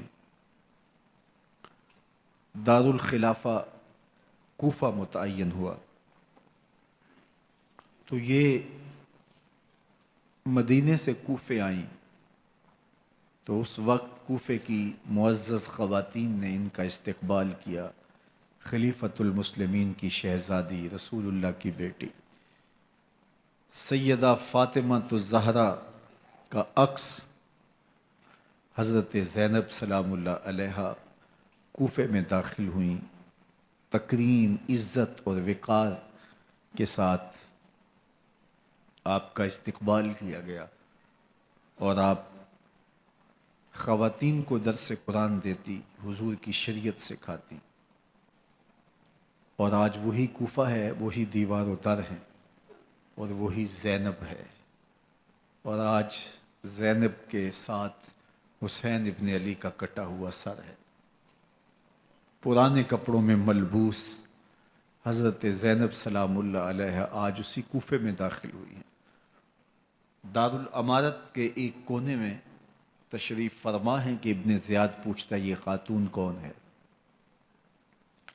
حضرت زینب خاموش رہیں۔ اس نے دوسری مرتبہ پوچھا، آپ پھر خاموش رہیں۔ تیسری مرتبہ پوچھا، آپ پھر خاموش رہیں۔ پھر ایک لونڈی نے بتایا یہ زینب بنت علی ہیں۔ تو اس کے سامنے حضرت امام حسین کا کٹا ہوا سر پڑا تھا، اور وہ حضرت زینب سے مخاطب ہو کے کہنے لگا کہ اللہ نے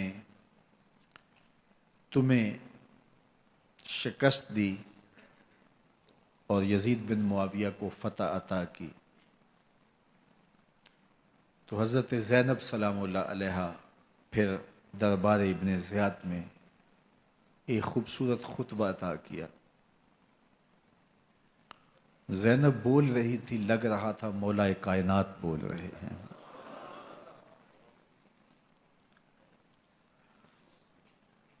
یہ خطبہ بامر مجبوری تھا، ابن زیاد کی خرافات کا جواب تھا۔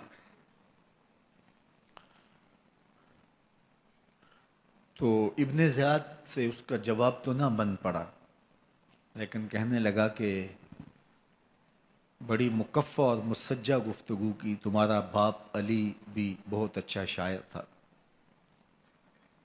تو سیدہ زینب سلام اللہ علیہا نے فرمایا ہمیں مکفہ گفتگو سے کیا غرض، یہ تو ایک حقیقت ہے جو ہم نے بیان کی۔ تو حضرت علی اوسط امام زین العابدین بھی پاس تھے، تو دیکھ کر کے کہنے لگا کہ یہ لڑکا کون ہے؟ تو فرمایا میں علی بن حسین ہوں۔ تو کہا کہ انہیں تو قتل کر دیا گیا۔ کہا وہ میرے بھائی تھے اور ان کا نام بھی علی تھا، میرا نام بھی علی ہے۔ تو اس نے کہا کہ اس لڑکے کو لے جاؤ اور قتل کر دو۔ حضرت زینب علی اوسط امام زین العابدین کے ساتھ چمٹ گئیں اور کہا کہ اگر تم اسے قتل کرو گے تو اس کے ساتھ مجھے بھی قتل کرنا ہوگا۔ تو ابن زیاد کہنے لگا کہ یہ عورت سچ کہتی ہے، واقعی اس کے جذبات یہی ہیں۔ اور الصلاۃ جامعہ کی پکار کے ساتھ مسجد کوفہ میں آ گیا۔ کوفے کے لوگ سارے ابن زیاد کے سامنے تھے۔ امام حسین کا کٹا ہوا سر ابن زیاد کے سامنے تھا، اور اس نے کہا کہ اللہ نے یزید بن معاویہ کو فتح دی اور کذاب ابن کذاب معاذ اللہ حسین ابن علی کو شکست دی۔ جب اس نے یہ بات کہی تو عبداللہ بن عفیف الازدی رضی اللہ تعالی عنہ موجود تھے، وہ کھڑے ہو گئے۔ غصے سے ان کا بدن کانپ رہا تھا، اور آپ نے پوری ہمت کے ساتھ ابن زیاد کو جواب دیتے ہوئے کہا، ظالم، حسین سچا، حسین کا باپ بھی سچا، تو جھوٹا، تیرا باپ بھی جھوٹا، جس نے تجھے امیر بنایا وہ بھی جھوٹا۔ تو ابن زیاد نے جب اپنے بارے عبداللہ بن عفیف سے یہ بات سنی تو اس نے حکم دیا کہ ان کا سر کاٹ دیا جائے، اور پھر حضرت عبداللہ ابن عفیف رضی اللہ تعالی عنہ کو شہید کیا گیا اور ان کی لاش کو سولی چڑھا دیا گیا۔ حق کی راہ کے یہ مسافر اپنی جان کس طرح راہ خدا میں سپرد کر رہے تھے۔ اہل کوفہ سہمے ہوئے، ڈرے ہوئے ابن زیاد کے دربار میں بیٹھے تھے، اور امام حسین رضی اللہ تعالی عنہ کے قتل کا، ان کی شہادت کا انہیں دکھ تو تھا، لیکن ان کے اندر ہمت، طاقت اور توانائی نہیں تھی۔ ان کی تلواریں یزید کے ساتھ رہیں اور دل امام حسین رضی اللہ تعالی عنہ کے ساتھ رکھنے کی بات کرتے تھے۔ پھر یہ قافلہ کوفہ سے چلتے چلتے دمشق کی جانب عازم سفر ہوا۔ ایک اونٹ پہ تین تین لوگوں کو سوار کیا گیا تھا۔ امام زین العابدین کو سوار بھی کیا گیا اور بدن پر زنجیریں بھی باندھی گئیں، جکڑ کر کے سواری پہ بٹھایا گیا۔ اللہ اکبر! جہاں جہاں سے یہ لوگ گزرتے، لوگوں کو ان کی حالت پہ رحم آتا۔ بہت سارے لوگ نہیں جانتے تھے یہ کون ہیں۔ عمومی طور پہ راستوں میں یہی بتایا گیا کہ کچھ باغی لوگ ہیں جنہوں نے حکومت سے بغاوت کی، تو ان کے کیفر کردار تک پہنچا دیا گیا۔ راستے میں ایک گرجا گھر آیا اور وہاں یہ لوگ رات رکتے ہیں۔ گرجا گھر کی دیوار پہ لکھا ہوا تھا: اترجو امت قتلت حسینہ شفاعت جدہ یوم الحساب۔ کیا وہ امت جنہوں نے حسین ابن علی کو شہید کیا، قیامت کے دن انہی کے نانے سے شفاعت مانگیں گے؟ کس منہ سے شفاعت طلب کریں گے؟ اسی حسین ابن علی کے نانا سے، جن کے بیٹے کو، جن کے شہزادے کو، نواسے کو ان لوگوں نے شہید کیا۔ جب یہ تقدس مآب قافلہ دمشق پہنچا تو راستے میں ایک شخص قرآن مجید کی تلاوت کر رہا تھا، اپنے مکان کی چھت پہ بیٹھ کے تلاوت کر رہا تھا، اور یہ قافلہ اس طرح سے گزر رہا تھا کہ شہیدوں کے کٹے ہوئے سر نیزوں کی نوک پہ تھے، اور عصمت شیار خواتین اور امام زین العابدین اونٹوں پہ بندھے ہوئے تھے۔ تو پڑھنے والا تلاوت کر رہا تھا کہ کہف اور رقیم یہ ہماری نشانیوں میں سے بڑی عجیب نشانیاں ہیں۔ تو جب وہ پڑھ رہا تھا تو سر حسین سے آواز آئی: یا تالی القرآن، اے قرآن پڑھنے والا ہے، اصحاب کہف سے زیادہ عجیب قتلی و حملی، میرا قتل کرنا اور نیزے کی نوک پہ چڑھایا جانا ہے۔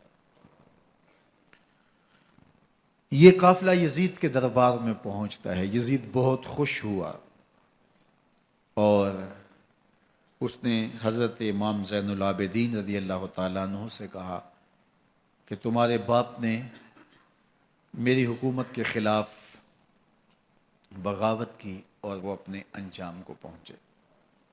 تو آپ نے جواب میں قرآن مجید کی آیات کی تلاوت کی اور اہل بیت کے مناقب اور فضائل بیان کیے۔ سیدہ زینب سلام اللہ علیہا کا ایک خطبہ اہل بیت کی عظمت، مناقب اور فضائل میں یزید کے دربار میں اپنی انوکھی اور البیلی شان رکھتا ہے۔ یزید پہلے تو خوش ہوا، لیکن جب اس نے لوگوں کے چہرے دیکھے تو وہ پریشان ہو گیا۔ حتیٰ کہ یزید کے دربار میں ایک عیسائی سفیر آیا ہوا تھا، تو اس نے جب کٹے ہوئے سر دیکھے اور خستہ حال سادات کی شہزادیوں کو دیکھا تو اس نے کہا یہ کون لوگ ہیں؟ تو اسے بتایا گیا، تو اس نے بڑے تاسف کا اظہار کیا، کہا کتنے بد نصیب لوگ ہو، ہمارے پاس حضرت عیسیٰ علیہ السلام کے گدھے کا کھر موجود ہے اور ہم اسے بھی عزت کی جگہ پہ رکھے ہوئے ہیں، اور تم کتنے بدبخت ہو، اپنے رسول کے نواسے کو شہید کر دیا۔ بے مروت بے وفا تیرا بھی کیا افسانہ ہے، جس نے اپنی ہی شمع کو گل کیا تو وہ پروانہ ہے۔ تو یزید نے جب لوگوں کے تیور دیکھے اور بدلتے ہوئے حالات دیکھے تو اس نے تعصف کا اظہار کیا اور کہا اللہ برا کرے ابن زیاد کا، وہ امام حسین کو میرے تک پہنچنے دیتا تو میں ان سے اچھا معاملہ کر لیتا۔ کچھ لوگ اس سے یزید کو بری الذمہ قرار دینے کی کوشش کرتے ہیں، لیکن یزید کے اپنے حکم سے سب کچھ ہوا۔ ابن اسیر نے لکھا ہے کہ جب یزید مرا تو ابن زیاد دمشق آ رہا تھا، اس کے ساتھ مسافر بن شریح بھی تھا، تو اچانک وہ کچھ سوچنے لگا، تو مسافر بن شریح نے کہا کہ ابن زیاد میں تمہیں بتاؤں تم کیا سوچ رہے ہو؟ کہا بتاؤ۔ کہا تم یہ سوچ رہے ہو کہ میں نے نواسہ رسول کو شہید کیوں کیا؟ تو کہنے لگا کہ یہ مجھے یزید کا حکم تھا، اور اگر میں نواسہ رسول کو شہید نہ کرتا تو وہ مجھے قتل کر دیتا۔ اور جب مسلم بن عقبہ کو مدینہ المنورہ کی حرمت کو پامال کرنے کے لیے اور حضرت عبداللہ ابن زبیر رضی اللہ تعالیٰ عنہ کی خلافت کے اعلان کے بعد مکہ المکرمہ پر حملے کے لیے جو یزید نے بھیجا، تو اس سے قبل اس نے ابن زیاد کو کہا کہ یہ کام تم کرو، تو ابن زیاد نے جو جواب دیا وہ یہ تھا کہ میں تمہارے کہنے پہ پہلے ہی نواسہ رسول کو شہید کر چکا ہوں، اب نواسہ رسول کو شہید کرنا اور کعبۃ اللہ کی حرمت کو پامال کرنا، یہ دو چیزیں میں جمع نہیں کروں گا، اور اس نے بادشاہ کے حکم کا انکار کر دیا۔ تو یزید نے امام حسین رضی اللہ تعالیٰ عنہ کی شہادت کا حکم دیا تھا ابن زیاد کو، اور یہ دو گواہیاں میں نے ابن زیاد سے آپ کے سامنے رکھی۔ باقی اس کا یہ سیاسی پینترا کہ وہ تعصب کا اظہار کرے، تو قاتل کی پشیمانی مقتول کی اہمیت تو بڑھا سکتی ہے، لیکن قاتل کے دامن سے قتل کا داغ نہیں دھو سکتی۔ تو حضرت امام حسین رضی اللہ تعالی عنہ کا قتل یزید کو اب نظر آ رہا تھا مجھے بہت مہنگا پڑے گا، آخرت تو برباد ہوئی ہی ہوئی، دنیا بھی میں نے برباد کر لی، اور میری حکومت بھی مستحکم نہیں رہ سکے گی۔ تو اب اس نے یہ کہنا شروع کر دیا کہ خدا برا کرے ابن مرجانہ کا کہ وہ راستہ دے دیتا اور امام حسین کو میرے تک پہنچ دیتا۔ حضرت امام زین العابدین سے اب وہ لجاجت کرنے لگا اور کہنے لگا کہ حضرت آپ کچھ ارشاد فرمائیے۔ تو آپ نے تین چیزیں ارشاد کی۔ آپ نے فرمایا ایک تو ہمیں خیریت سے مدینے بھیج دو، اور دوسری بات کہ قاتلان حسین کو ان کے کیفر کردار تک پہنچاؤ، اور تیسری بات مجھے دمشق کی جامعہ مسجد میں خطبہ جمعہ کی اجازت دو۔ اس نے کہا کہ خطبہ جمعہ کی اجازت بھی دیتا ہوں، آپ کو خیریت سے مدینہ المنورہ بھی روانہ کر دیا جائے گا، لیکن قاتلان حسین کو کیفر کردار تک پہنچانا یہ میرے بس میں نہیں ہے، یہ ممکن نہیں ہے۔ اب مجھے بتائیے، حاکم وقت ہو اور اتنا بڑا سانحہ اور واقعہ ہو گیا ہو، تو وہ وہیں کھڑے کھڑے معذرت کر لے کہ یہ اس بات کو رہنے دو، تو اس کا مطلب سمجھنے میں کسی بھی باشعور شخص کو دیر نہیں لگتی۔ اسے چاہیے تھا کہ وہ کہتا کہ میں اس کی تحقیق کروا کے جو بھی مجرم ہے وہ کیفر کردار تک پہنچے گا، اور آپ نہ بھی کہتے تو یہ میں کرتا چونکہ میں حاکم وقت ہوں۔ لیکن اس نے فوراً کہا کہ یہ ممکن نہیں ہے، تو اس کا مطلب کیا کہ مجرم میں خود ہوں، تو میں اس سے جو ہے وہ بچنا چاہتا ہوں۔ تو اس نے حضرت امام زین العابدین کو کہا دو شرطیں تو قبول ہیں، لیکن یہ تیسری شرط قبول نہیں ہے اور یہ ممکن نہیں ہے۔ تو یہ واضح اس بات کا اشارہ ہے کہ یزید کے حکم سے، اس کی منشا سے اور اس کے کہنے سے حضرت امام کو شہید کیا گیا، اور اس نے حضرت امام حسین رضی اللہ تعالی عنہ کے مبارک لبوں پر چھڑیاں بھی ماری اور آپ کے دانتوں پر ضربیں لگائیں چھڑیوں کی۔ وہ تو ایک صحابی وہاں موجود تھے جو کھڑے ہو گئے، انہوں نے کہا ارفع ھذا القدیب عن ھاتین الشفتین، ان ہونٹوں سے چھڑی ہٹا لے، میں نے ان آنکھوں سے رسول اللہ کو یہ ہونٹ چومتے ہوئے دیکھا ہے۔ جس طرح ابن زیاد کے دربار میں ہوا تو یہاں بھی ہوا۔ اللہ اکبر۔ تو یزید اپنے تئیں خوش تھا، لیکن لوگوں کے احتجاج کی سکت نہیں لا سکتا تھا کہ نواسہ رسول کو شہید کر دیا گیا، تو وہ یوں اپنی بات کو چھپانا چاہتا تھا اور بات ابن مرجانہ ابن زیاد پہ ڈالنا چاہتا۔ لیکن ابن زیاد کہتا ہے کہ اگر یزید کے کہنے پہ میں امام حسین کو قتل نہ کرتا تو میں قتل کر دیا جاتا، اور میں غزوہ کعبہ اور قتل امام حسین دونوں کو جمع نہیں کر سکتا، لہٰذا اب میں یزید کا یہ حکم نہیں مانوں گا، اس نے پہلے مجھ سے بہت بڑی زیادتی کروائی ہے۔ یہ تاریخ کی معتبر کتابوں کے اندر موجود ہے۔ اب یزید نے کہا دو باتیں مان لیتا ہوں، آپ کو مدینہ المنورہ بھی رخصت کر دیتے ہیں، اور دوسرا آپ کو مسجد دمشق میں خطبہ کی اجازت بھی دیتے ہیں۔ اللہ اکبر۔ یہ وقتی تصرف تھا اس کا، ورنہ یہ کون ہے اجازت دینے والا؟ ممبر تو حسین ابن علی کے نانے کا ہے۔ خیر، مسجد دمشق میں گئے، لوگوں کا ہجوم تھا، حضرت امام زین العابدین ممبر پہ جلوہ فراز ہوئے۔ خطابت تو ان کے گھر کی لونڈی ہے، تو جب آپ نے کھڑے ہو کر کے خطبہ دیا اور فضائل و مناقب اہل بیت بیان کیے، لوگوں کے سینوں کے اندر آتش محبت اہل بیت کی جوش مارنے لگی۔ یزید ڈر گیا کہ اگر کچھ دیر خطبہ جاری رہا تو کہیں ایسا نہ ہو کہ لوگ میرے خلاف اٹھ کھڑے ہوں، تو اس نے مؤذن کو اشارہ کیا اور وہ اذان دینے لگا۔ تو اس نے کہا اللہ اکبر اللہ اکبر، تو حضرت امام زین العابدین نے کہا اس میں کوئی شک نہیں کہ اللہ سب سے بڑا ہے۔ پھر کہا اشہد اللہ الہ الا اللہ، تو امام زین العابدین نے فرمایا کہ ہم نے اس بات کی اپنے خون سے گواہی دی ہے کہ اللہ کے علاوہ کوئی معبود نہیں ہے۔ پھر اس نے کہا اشہد ان محمد رسول اللہ، تو حضرت امام زین العابدین نے یزید کی آنکھوں میں آنکھیں ڈال کے کہا یزید دیکھ، اذان میں تیرے نانے کا نام ہے یا میرے نانے کا نام ہے؟ تو حسین ابن علی رضی اللہ تعالی عنہ کا نام کبھی بھی مٹنے والا نہ زیاد کا وہ ستم رہا، نہ یزید کی رہی وہ جفا، رہا تو نام حسین جسے زندہ رکھتی ہے کرب۔ یزید نے امام حسین رضی اللہ تعالیٰ عنہ کو راستے سے ہٹا دیا۔ اس کا خیال تھا کہ یہ باغی ہیں اور میں ان کو کچل دوں۔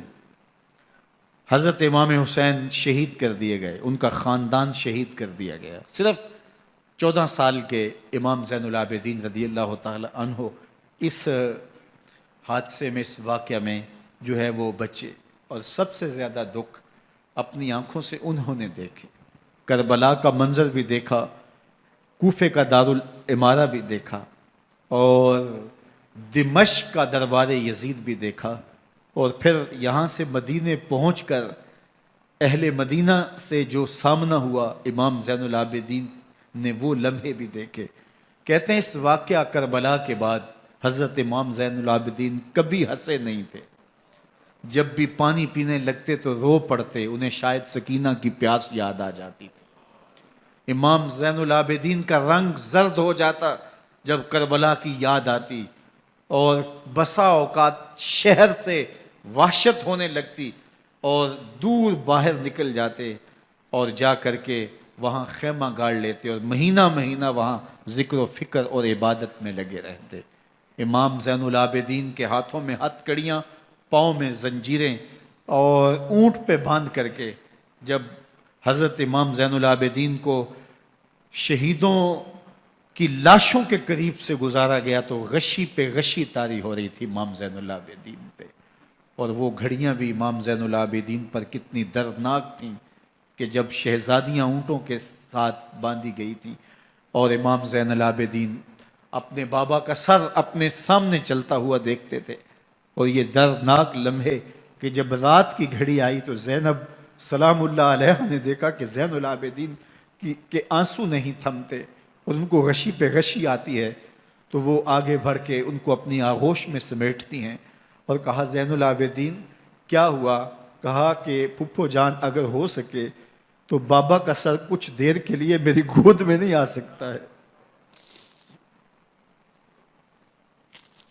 وہ وقت بھی امام زین العابدین پہ آتا ہے جب زخم اور درد اور دکھ حد سے تجاوز کرتے ہیں تو زین العابدین مدینہ کی طرف منہ کر لیتے ہیں اور حضور کی بارگاہ میں ہوا کے ہاتھوں پیغام بھیجتے ہیں، ان نلتا یا ریح الصبا یومن الی ارض الحرمی بلغ سلامی روزتن فیہا النبی المحترمی یا رحمتا للعالمین ادرک لزین العابدی محبوس عید الظالمی فی الموکب والمزدحمی۔ امام زین العابدین نے یہ سارا دردناک منظر اپنی آنکھوں سے دیکھا اور یہ سارے دکھ سہے۔ امام زہری کہتے ہیں کہ ولید کے زمانے میں دوبارہ امام زین العابدین کو پکڑ لیا گیا اور ان کے ہاتھوں میں دوبارہ ہتھ کڑیاں اور پاؤں میں بیڑیاں ڈال دی گئیں۔ میں ملنے گیا تو جو ہی امام کے ہاتھوں میں ہتھ کڑیاں دیکھی تو میرا دل ڈولنے لگا اور میری آواز گلے میں دب گئی اور آنسو تھے کہ تھمتے نہیں تھے۔ تو امام زین العابدین نے مجھے دیکھا تو مجھے تسلی دیتے ہوئے کہا، زہری کیا ہوا تمہیں؟ تو میں نے کہا، حضرت کربلا میں تھوڑے دکھ دیکھے تھے اور اب یہ حالت مجھ سے دیکھی نہیں جا رہی۔ تو امام زین العابدین نے ان زنجیروں کو اور ان ہتھ کڑیوں کو جن سے آپ جکڑے گئے تھے جھٹکا دیا، لوہے کی زنجیریں ٹوٹ گئیں۔ کہا، زہری ہم اللہ کی تقدیر پہ راضی ہے ورنہ یہ زنجیریں کیا ہوتی ہیں۔ امام زین العابدین کو اللہ نے عزتوں سے نوازا تھا، ہر دور کے حاکم وقت ڈرتے تھے اور ان کی عزت سے حسد کرتے تھے۔ ولید بن عبد الملک بنو امیہ کا بڑا تگڑا حکمران گزرا ہے۔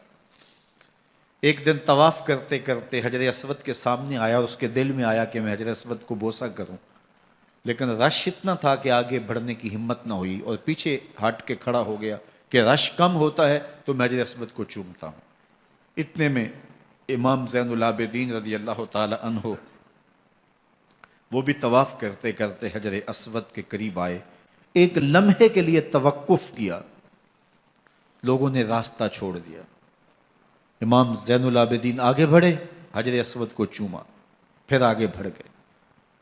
ولید بن عبد الملک کو بڑا غصہ آیا کہ لوگوں نے میرے لیے تو راہیں نہیں چھوڑی اور زین العابدین کے لیے راہیں چھوڑ دی ہیں۔ تو وہ اپنے درباری شاعر کو، فرزدق کو جو اس کے ساتھ کھڑا تھا، اس کو پوچھتا ہے، من ہاذا، یہ کون ہے؟ حالانکہ اسے پتا تھا یہ امام زین العابدین ہے۔ بعض اوقات سوال تفہیم کے لیے کیا جاتا ہے، سمجھنے کے لیے کیا جاتا ہے، اور بعض اوقات سوال تحقیر کے لیے کیا جاتا ہے۔ جس طرح کسی شخص کو آپ پسند نہ کرتے ہو اور وہ کوئی کام کرے تو آپ کہتے ہیں یہ کون ہے، یہ کون ہے؟ تو اس نے کہا من ہاذا، یہ کون ہے؟ اب فرزدق شاعر تھا اور درباری شاعر تھا، اسے اچھی طرح پتا تھا کہ من ہاذا سے بادشاہ کیا سننا چاہتا ہے، لیکن آج اس کی غیرت ایمانی جاگی۔ بادشاہ نے کہا من ہاذا، یہ کون ہے؟ تو فرزدق نے بادشاہ کی آنکھوں میں آنکھیں ڈال کے کہا، بادشاہ تو نہیں جانتا یہ کون ہے؟ اس کو تو بطحا کے سنگ ریزے بھی جانتے ہیں، اس کو تو زمین والے بھی جانتے ہیں، آسمان کے فرشتے بھی جانتے ہیں۔ یہ فاطمہ کا بیٹا ہے، یہ علی کا شہزادہ ہے، یہ رسول اللہ کا نواسہ ہے۔ تیرا من ہاذا کہنا اس معرفہ کو نکرا نہیں کرے گا، یہ کل بھی معرفہ تھا، یہ آج بھی معرفہ ہے۔ کھڑے کھڑے امام زین العابدین کی شان میں ایک طویل قصیدہ لکھ دیا۔ بادشاہ تو اس سے کچھ اور سوچ رہا تھا، الٹ ہو گیا، اس نے ایک فرزدق کو جیل میں ڈال دیا۔ امام زین العابدین کو پتا چلا، آپ نے اشرفیوں کی 2 تھیلیاں خادم کے ہاتھ بیچی کہ ہماری وجہ سے تمہارے اوپر یہ افتاد پڑی ہے۔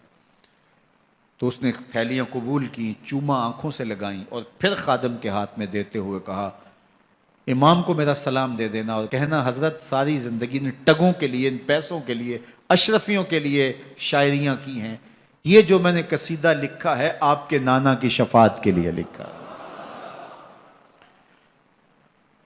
جو دلوں کو فتح کر لے وہی فاتح زمانہ۔ امام حسین کو تو کاٹ دیا گیا نا، اس لیے کاٹ دیا گیا کہ یہ ہماری حکومت سے بغاوت کر رہے ہیں، انہوں نے یہ کہا، بہانہ یہ بنایا، نظم حکومت میں یہ مخل ہو رہے ہیں، لہٰذا انہیں شہید کر دیا گیا۔ نہ صرف انہیں شہید کیا گیا، سر کاٹے گئے، نیزوں کی نوک پہ چڑھائے گئے، لاشوں پہ گھوڑے دوڑائے گئے. کیا کیا ظلم تھا، کیا کیا جبر تھا جو روا نہیں رکھا گیا. پیاسا رکھا گیا، بھوکا رکھا گیا، 6 ماہ کے بچے بھی نہیں چھوڑے گئے. امام حسین جب حضرت علی اصغر کو اپنے ہاتھوں پہ اٹھا کے فرات کے کنارے جا کھڑے ہوئے تو آپ نے اشقیاء سے مخاطب ہو کے کہا کہ تمہاری لڑائی تو مجھ سے ہے، اس 6 ماہ کے بچے نے تمہارا کچھ نہیں بگاڑا. چلو سے پانی بھرا تاکہ اصغر کا حلق تر ہو جائے، تو پانی ابھی حلق تک نہیں پہنچا، 2 شاخہ سنسناتا ہوا تیر آیا اور علی اصغر کا گلا چیر گیا. اور کہتے ہیں وہ جو تیر تھا جو حضرت علی اصغر کا گلا چیر کے آگے گزرتا ہے، وہ تیر تھا جو جانوروں کو مارنے کے لیے استعمال کیا جاتا ہے. گردن لٹک جاتی ہے، خون بہنے لگتا ہے. امام حسین اس خون کو آسمان کی طرف اچھال کے کہتے ہیں مالک حسین کی یہ قربانی بھی قبول فرما لے. نسل مٹا دی گئی، شہید کر دیے گئے، گھوڑے دوڑائے گئے. سادات کرام، عصمت شعار پیغمبر زادیوں کو اونٹوں پہ بٹھایا گیا، رسیوں سے جکڑا گیا، چادریں چھیننے کی کوشش کی گئی، کیا کچھ نہیں ہوا. تاریخ دردناک ہے، اور یہ پیغمبر کے ماننے والوں نے، کلمہ پڑھنے والوں نے یہ سب کچھ کیا. بے مروت، بے وفا، تیرا بھی کیا افسانہ ہے. جس نے اپنی ہی شمع کو گل کیا تو وہ پروانہ ہے.